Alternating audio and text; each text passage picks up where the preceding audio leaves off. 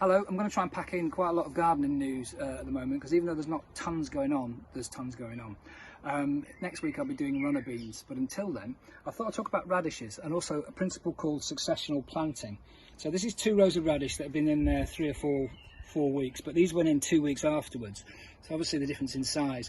And so these will come to maturity before them, and you'll be pulling these and eating them, but if you plant them all at once you'll have a glut on your hands and they get big.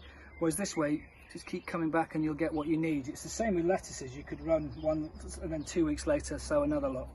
Radish seeds are ever so easy to see, and they're good fun for kids to grow because they germinate and grow quite quickly. You need a little ferrule in the ground or in a pot, and you're just going to sort of literally drop them along that line like that. There's 2 more for later in about 4 weeks time. So that's radishes and successional planting. Also, if you were growing the sweet peas on the windowsill, I don't know if you saw me crop and eat them, but here are some that have come back. Now, not all of them have come back. You've got to be patient, but also I think you've got to cut a little more carefully than I do. I basically munched my way through it. So if you cut and leave a bit more leaf, they come back quite strongly and you'll get a second crop out of that on an indoor windowsill. Here, I've got a couple of petit pois seeds, and this is that's the seed and that's the plant after 2 or 3 weeks, I think.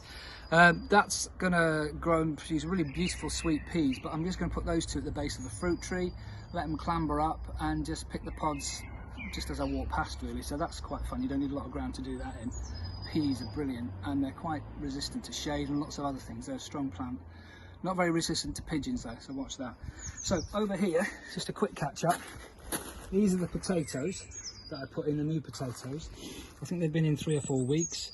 These new green shoots will need protecting from frost, particularly a hard frost. We've had a couple recently, so maybe cover them with something like cardboard even at night.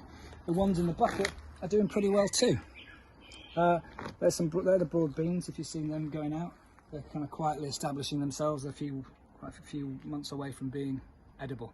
But anyway, that's just a quick catch up. Next week I'll be doing runner beans, which is fun for everybody. That's good for kids as well, because you grow them inside on the windowsill and they look beautiful.